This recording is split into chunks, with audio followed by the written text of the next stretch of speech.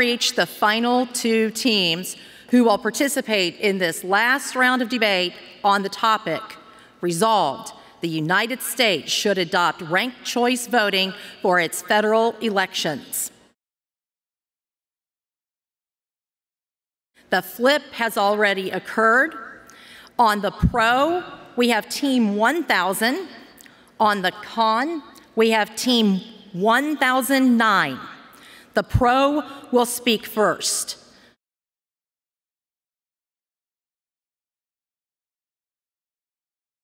All right, let's have some fun.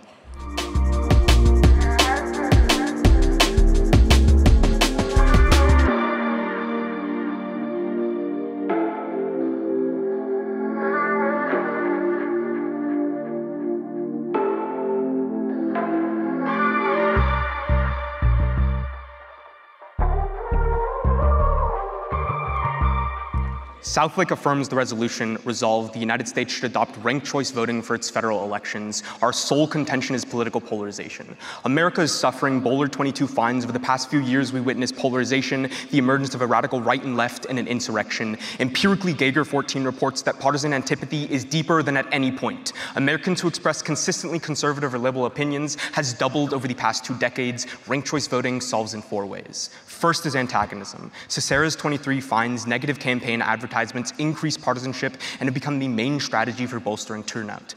Blue 20 defines this as the idea that people choose a party not based on their policies, but out of animosity towards the opposing party. That's why Garcia 22 reports that 1/3 of American voters cast a vote more against than for a candidate in the 2020 election. In contrast, Schouten 21 finds RCV encourages the election of candidates with broad appeal. Politicians don't tear down an opposing candidate because they want their supporters to rank them second or third. In fact, a 2016 University of Illinois study found cities with preferential voting were less likely to view campaigns as negative and respond that candidates were frequently criticizing each other. The second reason is third parties. Ackerman 22 reports the current duopoly reinforces polarization. Voters have no incentive to consider alternatives because a vote for a third would be wasted. Today's bipolar system shuts out independents because of the wasted vote problem.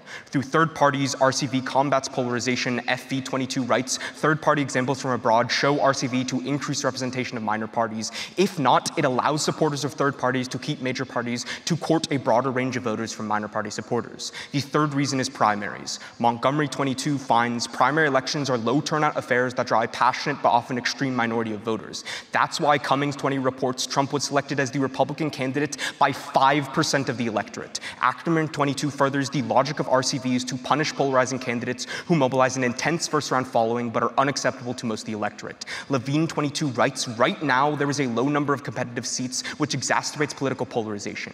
94% of the US House runs in safe seats. However, Drutman 21 explains RCV means that the primary and general are combined into one election.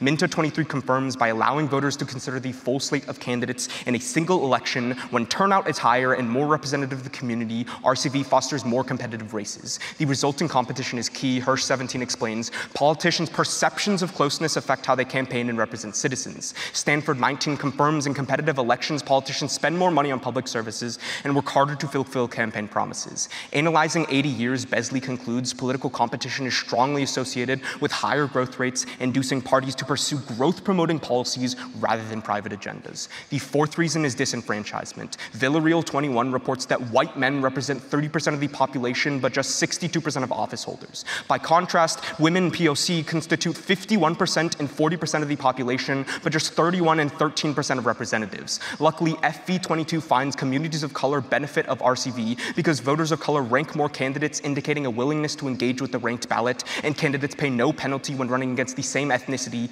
Instead of dividing support, candidates have a higher chance of winning. Josh 18 quantifies, under RCV, there was a near 50% increase of minority candidates and a near 20% increase in the chance of female minority winners. Griffin 14 corroborates, minority political candidates boost efficacy and decrease political alienation. For all these reasons, Bowler 22 concludes that through the widespread use of ranked choice voting, we may be able to turn the tide on polarization. However, the status quo is disastrous. McCoy 22 reports the rise of political polarization has crushed legislative compromise and incentivized gridlock, which Lee 22 quantifies in 1 month alone, gridlock cost the US economy $24 billion. Even more, Crib 17 concludes legislative stalemate resulted in less economic reforms, massive inequities, and undermines the prospect for a sustainable world. We urge an AF ballot. Cool. Anyone not ready for the net case?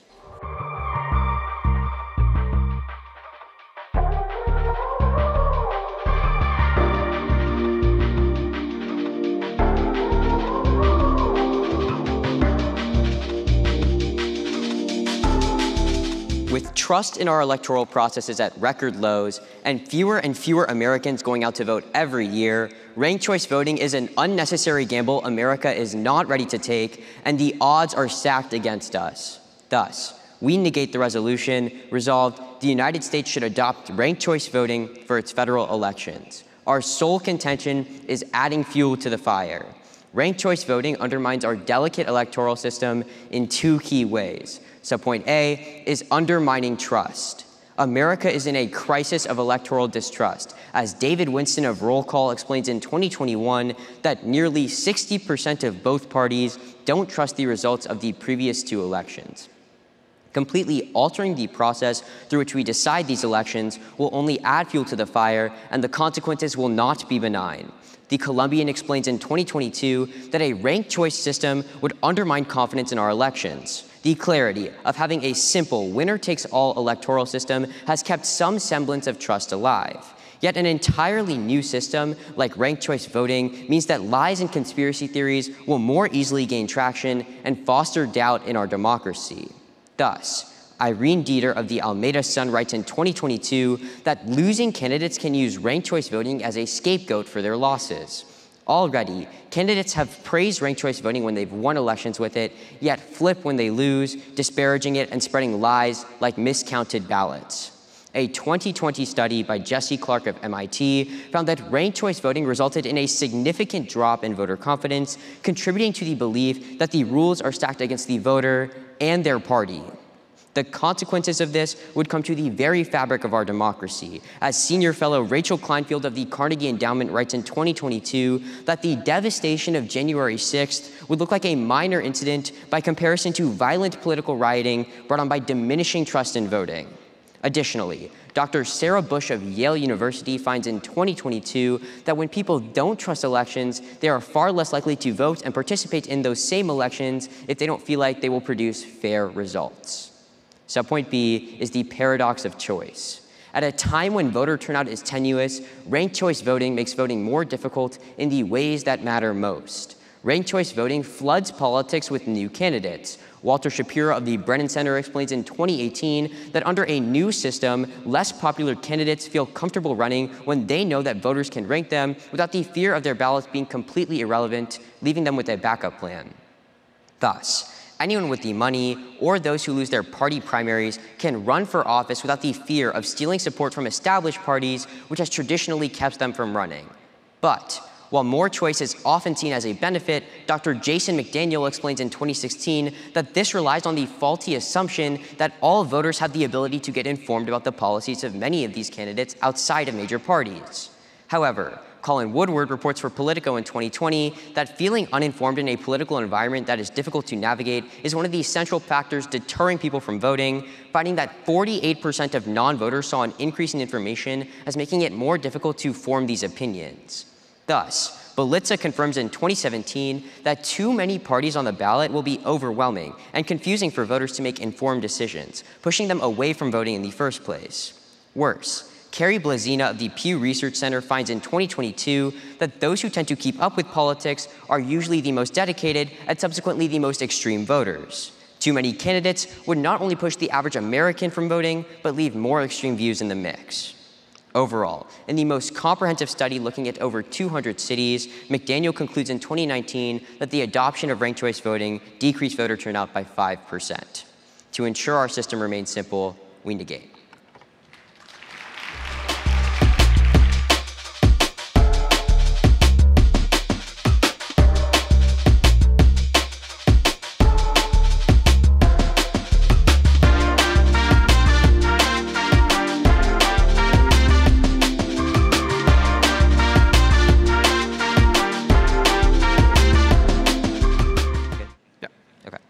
can take the first question. Okay. So this process you describe about people not trusting elections and, I don't know, maybe a couple hundred people storming the Capitol on January 6th, didn't that start in your world?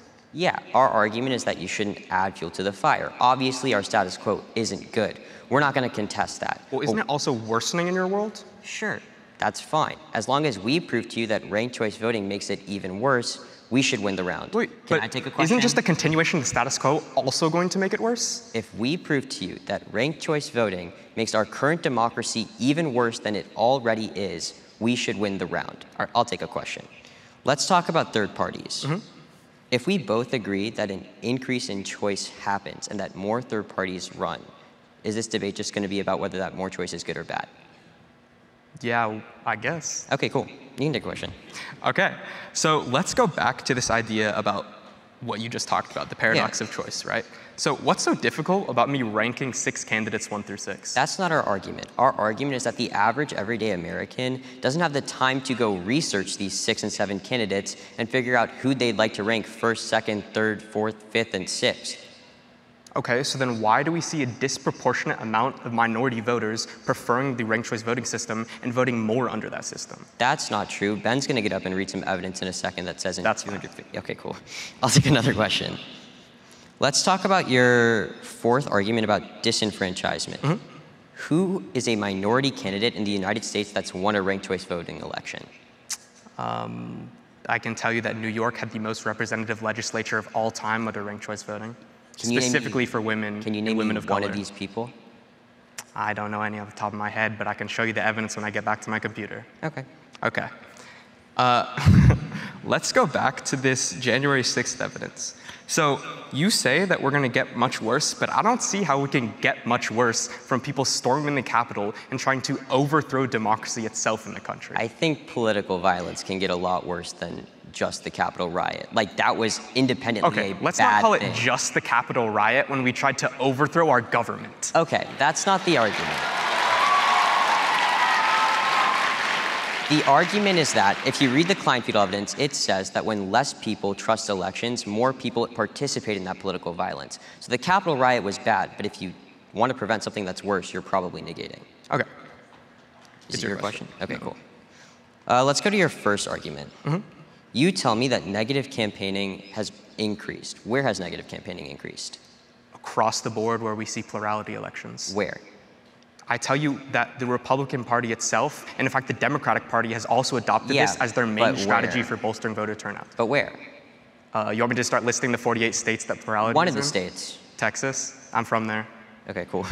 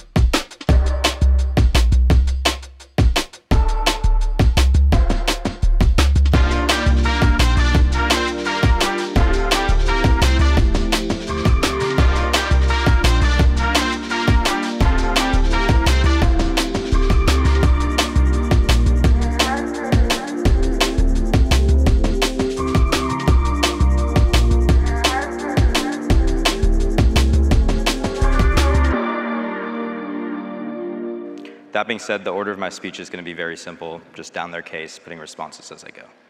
Is everyone good? Cool. All right.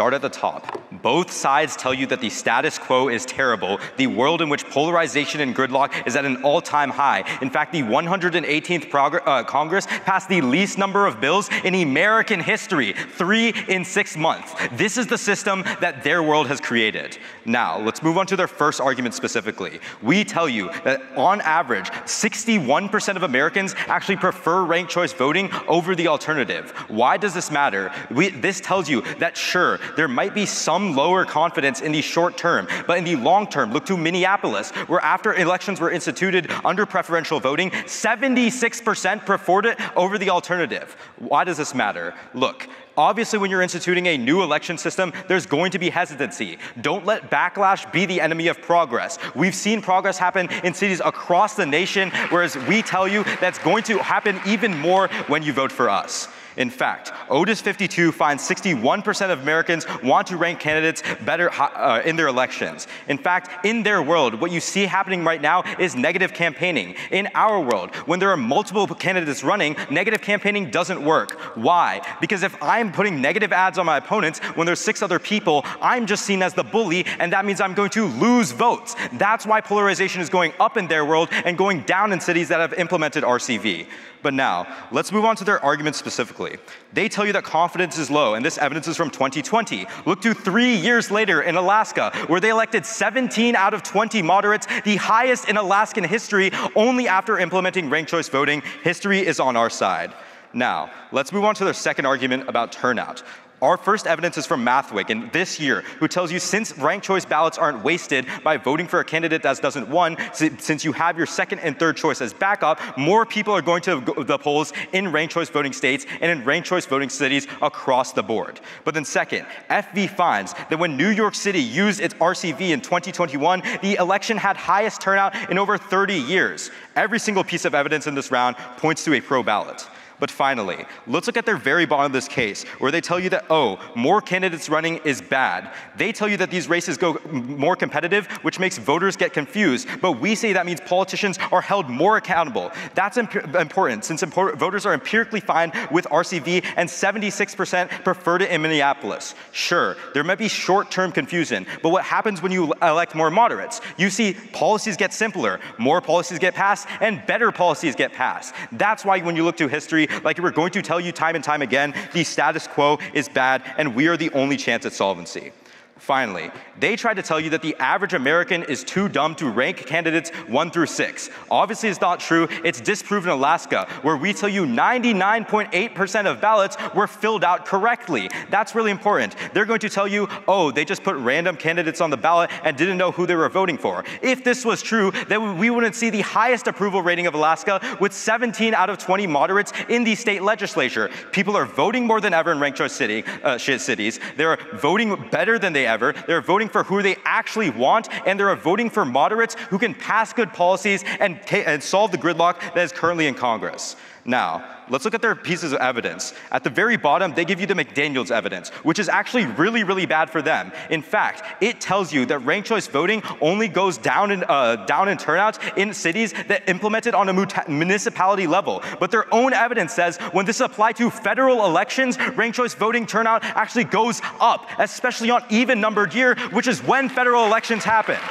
Now, let's look at their Blonza evidence. This is the most extreme keep up and vote in primaries only. With the elimination of primaries, a citizen can vote in election all over the nation and vote all at the same time, which means they're electing more moderates than ever. That's what history says.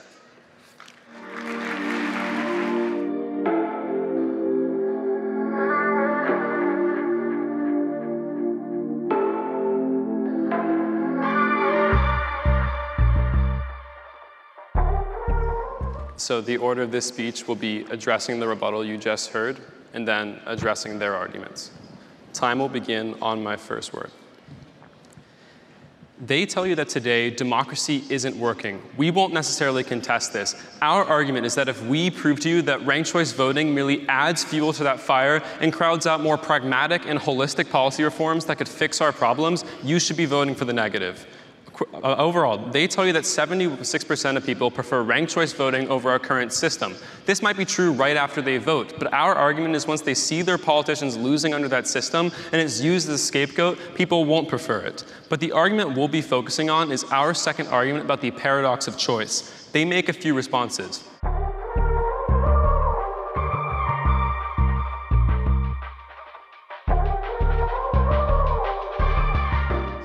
The first thing they tell you is because there aren't wasted votes, more people are going to turn out. But again, the data doesn't apply here. What the McDaniel evidence finds is that turnout consistently decreases up to 5%.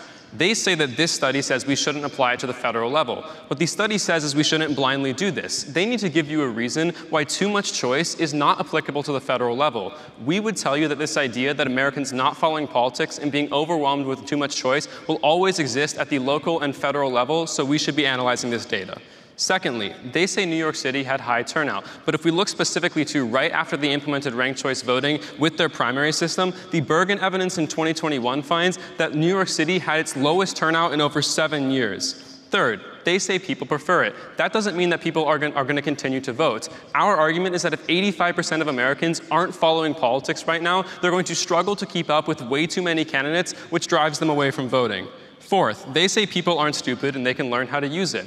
Our argument is not that filling out the ballot is difficult, it's that when you have 8, 9, 10 different candidates on the ballot, that's too much information for the average American who isn't even following politics right now, so it drives them away from voting. At that point, let's address their arguments. Their first argument is that we reduce negative campaigning and have more broad appeal. There's two problems with this. First, the Clark evidence in 2020 explains that even if candidates have an incentive to do more positive campaigning, independent policy groups and donor groups don't have to appeal to voters. And what actually happened in Maine in a federal election is that independent expenditures for negative campaigning actually increased. Secondly, in order for people to actually appeal to like a broader audience, they need to prove that there actually are enough moderate voters in the United States to do this. But what Strano finds in 2021 is that because we are so polarized like they talk about, the genuine share of centrist voters in the United States is actually very limited, which means we're not going to be electing moderate candidates. For example, in Alaska was already a very moderate state, which is why the Sherman evidence finds that many of these moderates would have been elected regardless of the electoral system. On their second argument about third parties, again, if they want to say that we're going to decrease gridlock, more parties and candidates have to be more moderate and agree with each other more. But for the same reason about us already being polarized, Kleinfeld finds in 2018 that people who want new parties actually want things that are more extreme than what we have right now, which means when we elect more extreme parties, there's a greater division of people in Congress, which makes it even harder to pass policy. Secondly, what Drutman and Strano find in 2021 is that even if people run on moderate campaigns, once they get into office, they listen to donor groups which want them to become more radical so they don't actually stay moderate. On their argument about primaries, what Drutman and Strano also find in 2021 is that at the federal level, we have never eliminated primaries when implementing ranked choice voting. Even if we could, in theory, it's never happened because it's extremely hard to change these rules of elections, which is why in the only 2 states with federal ranked choice voting elections, we did not eliminate primaries. Finally, on their last argument about minorities, their evidence from Sarah John only looks at 4 cities in California, which were already extremely progressive and accepting of more minorities running, so that trend was happening regardless of ranked choice voting. What the Kollner evidence finds, looking at far more cities and comparing over 250 cities across the United States, is that ranked choice voting has no impact on the diversity of a candidate pool, and if anything, the increase in number of parties and candidates drowns out any diversity. For these reasons, we urge a negative ballot.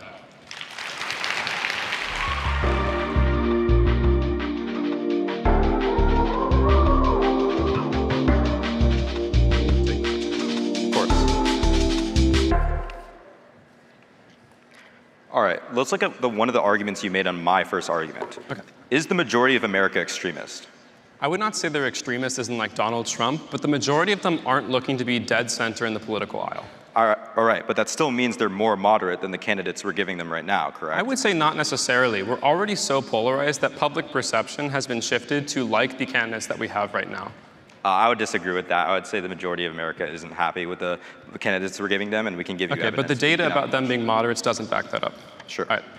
Let's talk about your argument about primaries. So have we seen any federal election with ranked choice voting that has eliminated primary elections? No, and I'm really glad you brought this up, because our evidence isn't saying that primaries would be eliminated, it's that it's making them more efficient. Why is this true? When you have primaries under a single voter system, it's only coming down to 2 candidates from the Democratic or Republican Party. However, like you see in Alaska and Maine, the only 2 states to implement RCV, these primaries under RCV elect more than just 2 candidates. In fact, they put more moderates on the ballot, which is why more moderates are getting elected. That's because Alaska and Maine use open primaries. Those things are not intrinsic to ranked choice voting, which means if you pass the resolution, we're not going to suddenly make all of our primaries open primaries. That's fine. You can have a closed primary that still has multiple winners. But if you have, that's not true though. What our evidence says is that we consistently have not changed the rules of primaries because of ranked choice voting.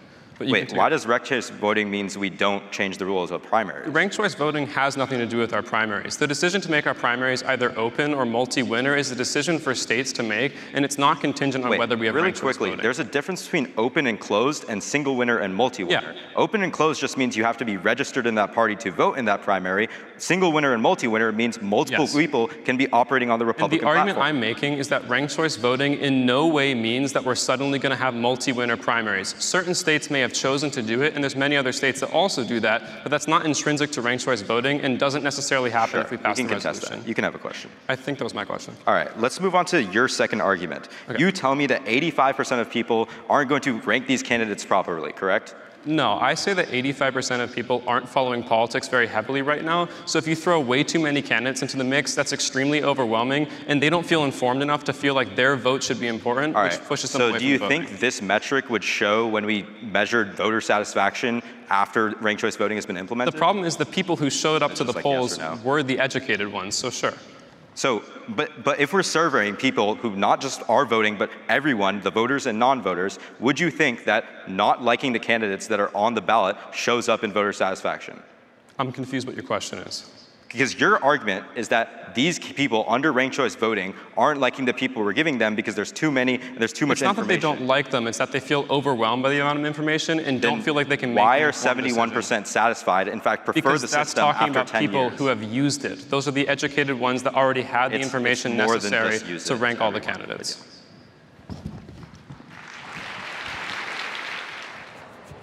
All right, is everyone ready?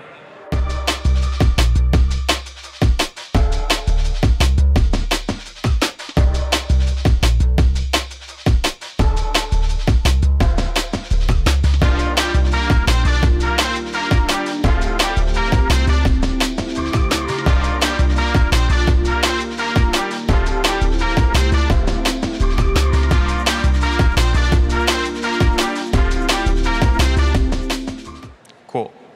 The order is going to be quick thing at the top, pro case, con case, doing some weighing. Okay.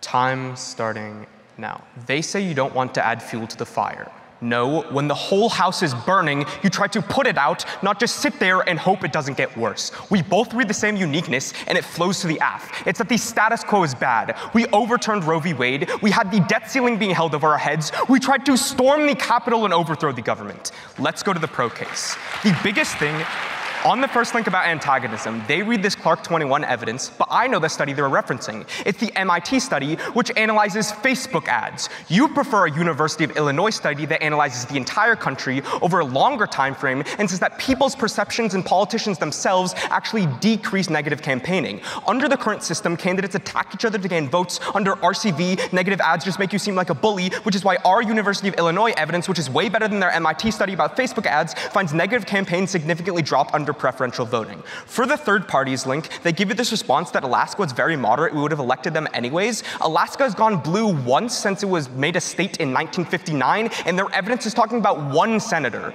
Then we'd say they concede the link that you just have to add third parties in the running to make major parties more accountable because they have to co-opt their voters. Then the biggest thing is the primaries link, because they just come up here and say we never eliminate primaries. Sure, but they concede that in our world primaries are more competitive and more people come out of them. Look at Alaska, where we have a top 4 system for primaries, and we saw 17 out of 20 of the people being elected being moderates, the most in history. The people voting in primaries right now are highly motivated, more polarized voters who select extremist candidates in the final election. Under RCV, there's one election, not limited to 2 extremes, where more people vote, electing more moderate candidates. Remember how Trump was elected by 5% of the electorate? And right now, 94% of seats are safe right now, and they have no incentive to pass any policies or stop gridlock or decrease polarization, and that's somehow going to put out the fire.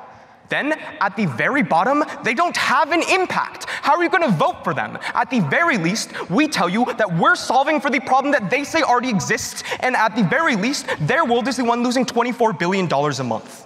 At the top of their case, the biggest thing they concede is that 76% of Americans want ranked choice voting, and that 24% increased turnout in the long term. They read a lot of responses about how turnout actually goes down, but I don't need to respond to their evidence because their own does. Their McDaniel's evidence literally tells you that turnout increases in federal elections in even years, and that even everything they talk about turnout decreasing is only on the municipal level, and it doesn't apply to federal. Then the biggest thing is that in their world, we're seeing the house burning. They themselves describe it. In our world, more moderates are being elected than ever. In New York, the most diverse legislature of all time. In Alaska, 17 out of the 20 people being elected are moderates. And we're seeing turnout increasing. We're seeing everything being solved under our world. You don't even know what you're voting for on their side because they don't give you a number. History affirms, and so do you.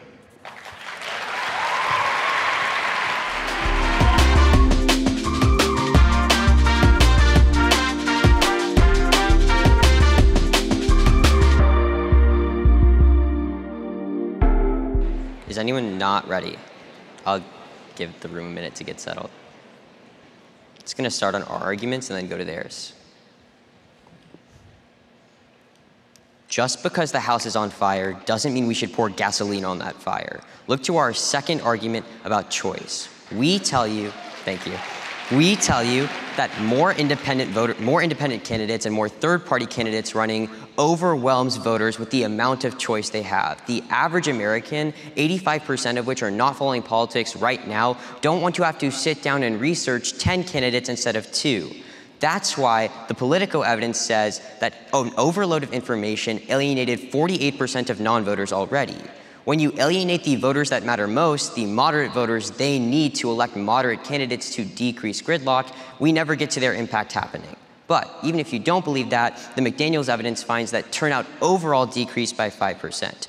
They're going to get up here and tell you that this isn't talking about even years. That's an indictment of McDaniel's 2016 study. We're telling you about what he came back and said 3 years later in 2019, which is that turnout decreased by 5% on average. They're not going to give you a reason why this doesn't apply to the federal level. They're just going to say that McDaniel said don't generalize it, but he said don't generalize it blindly. When we give you a reason to generalize it by saying there is an overwhelming number of candidates, that's when we have the warranting and they don't. The other reason they give you to not prefer this argument is that 76% of people don't like this, or prefer ranked choice voting over the current system. But that's just because they're polling them on the exit poll. When they realize, well, first of all, people have to get to the booths to get to these polls. But second of all, when these voters realize they have to research 10 or 20 candidates, obviously they're not going to like the system, which is why turnout empirically has decreased. At that point, let's move on to their argument. They're going to continue to extend the narrative that in Alaska, 17 out of 20 candidates were moderate.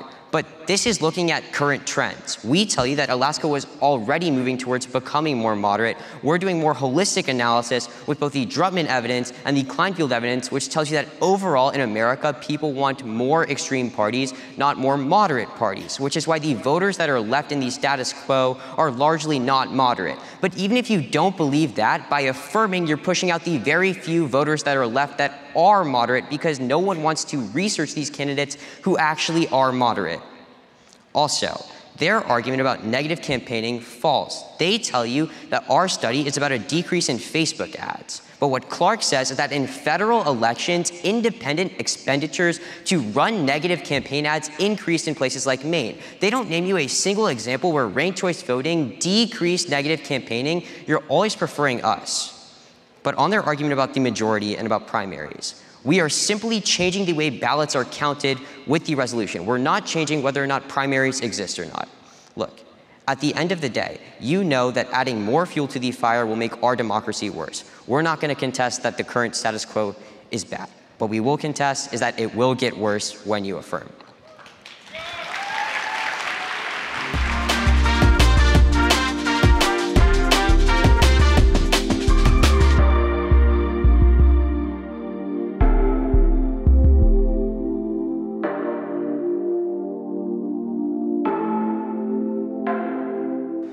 You can take the first question.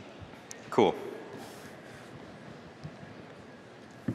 Let's look at the Minneapolis argument, where we tell you that there's been a 76% increase in voter satisfaction and a 24% increase in turnout. If we do see a 24% increase in turnout that goes uncontested in your last speech, how can you still tell me that voters are dissatisfied with even going to the polling ballot boxes? Minneapolis is one city. The Okay, we can give McDaniels you another one, evidence Santa Fe. analyzes 200 cities. And Okay, also concludes. Can we have those cities? Our Because favor. you've just been That's saying not true. theories. That's what he concluded in 2016. We're citing his evidence 3 years later. The problem with this indict the McDaniel study is, sure, McDaniel says we should not blindly generalize data to the federal level, but what we've told you is that too much choice is applicable at both the local and federal level. That means that the reasoning of this argument still stands, and this data should be applied to the federal level because the same phenomena of too much choice will apply. All right, that's Okay, fine. where have we seen that? Where have we seen what? Because you're bringing up a lot of studies that analyze what could happen when we're telling you that what does happen is you see more moderates being elected, Well, you McDaniel see study more representative says- legislature than ever. McDaniels analyzed 200 independent places where this has already Can you name me happened. one? You want to It, go for it it? analyzes probably all the cities you talk about, like Minneapolis in the long term, San places in San Francisco. Francisco, Okay. New York. You could have a question. Cool. You want one? You can take one. Thank you. Let's talk about Alaska. What moderates were elected when we passed ranked choice voting? Braun and Collins. And 15 others, but I'm sure you don't want all those. What were their party alignments? Were they more leaning? What? What were their party alignments? Republican. All and of them? Democrat, No. and they work together because they're moderates, which is why Braun and polarization Collins. I don't- increased. Okay, but Wait, Alaska was wait. already a place that was leaning. Alaska was already a place that was leaning moderate before we implemented ranked choice voting. So why should this be indicative of the country? as a whole? Actually, they're not, which is why the warrant we give you, which goes uncontested, says 17 out of 20 is the highest number Alaska's. not a It warrant. hasn't been this Yeah, high I mean, ever before under your plurality The thing system. is, Alaska was moderate before. You don't contest that. Your response to that argument was that Alaska has been Republican. That doesn't mean they're not moderate. Our argument is that we have evidence that some of the moderates like Peltola would have been elected either way, with or without ranked choice voting. All right. Yes, I understand what your evidence says because I called for it.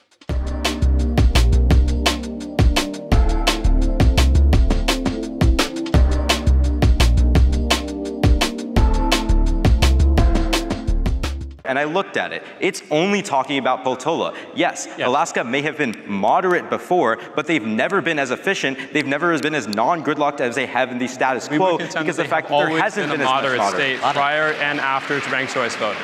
Even if you don't believe this, our analysis is countrywide per the Drutman analysis that wasn't responded to in summary and finds that the moderate parties are dying out and that more voters are more extreme. Yeah, under your system, the moderate parties are dying out. Yeah. That is correct. Exactly, but we're saying that there's not enough moderates left to elect people with broad appeal in your world. If there's not enough centrist voters for people to appeal to, you can't elect moderate candidates. There's so much clapping. That's basically cross.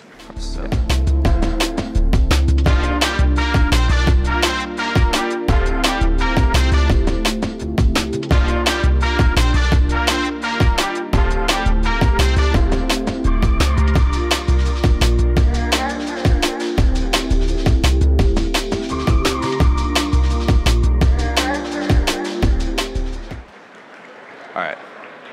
Order's going to be my case and then their case. Is everyone good? Cool.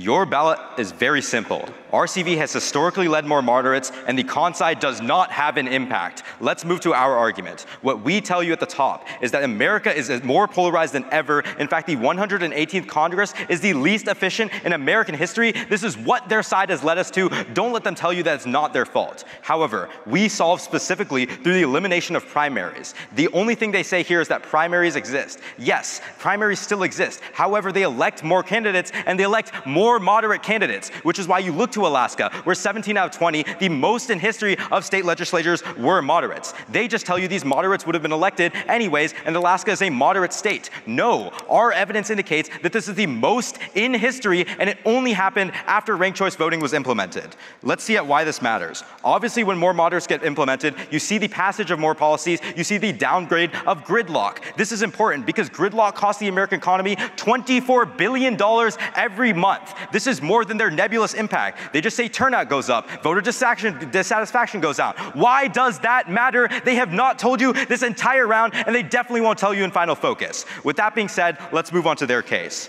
At the top, remember what we tell you. Voter satisfaction and non-voter satisfaction goes up by 76% after RCV is implemented. Why does this matter? Because when you implement a system where more people can elect candidates that accurately represents their views, obviously people are going to be happier, obviously politicians are going to be happier, and the country will be better. Let's look at their case specifically.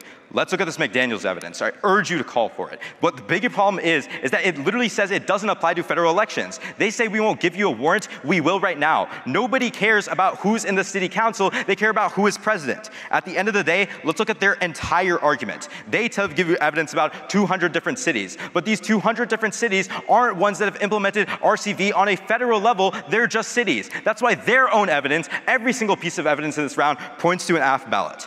Even if you buy 100% of their arguments, if you sign a ballot for them, you do not know what you are voting for. What does an increase in turnout matter? Why does an increase in satisfaction matter? They do not tell you, and they won't tell you in their last speech. We give you a concrete impact, that's what you vote on, and that's why you affirm.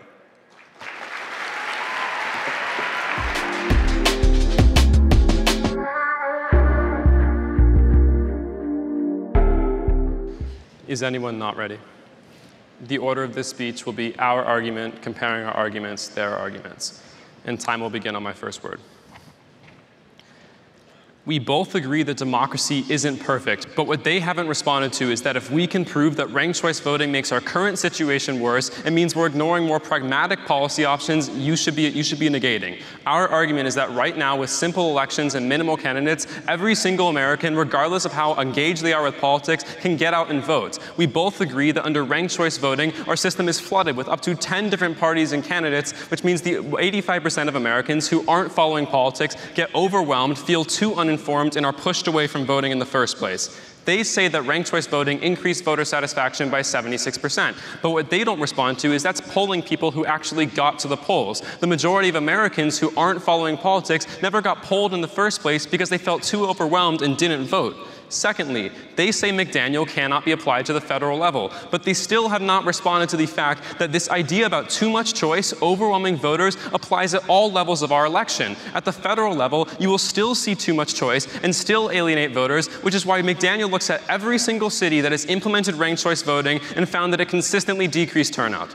They say that we're not going to be able to tell you why our argument matters. Here's why it matters, and that's the weighing. What they don't respond to is that the most moderate voters are the ones who follow politics the least, which means when you overwhelm voters with too much information, the most extreme voters who keep up are the only ones who continue to vote, whereas the moderates are alienated. They are alienating the voters that have to elect the candidates that they talk about to decrease gridlock. That comparison is completely conceded. It's a really easy ballot for the neg right there. But on their case, they tell you that Alaska had the most moderates in history. Sure, they had the most moderates of any states, but Alaska was already moderate before that. That's why actually on a countrywide scale, they have still not responded to the Drutman and Strano evidence, which find that the majority of Americans are not centrist. They want more extreme parties than what we have right now, which only worsens gridlock because we have parties that are even more ideologically split from each other. Gridlock gets worse. There's a turn on their case. We're winning the weighing. Our case is clean. It's a clean ballot for the negative. Good round.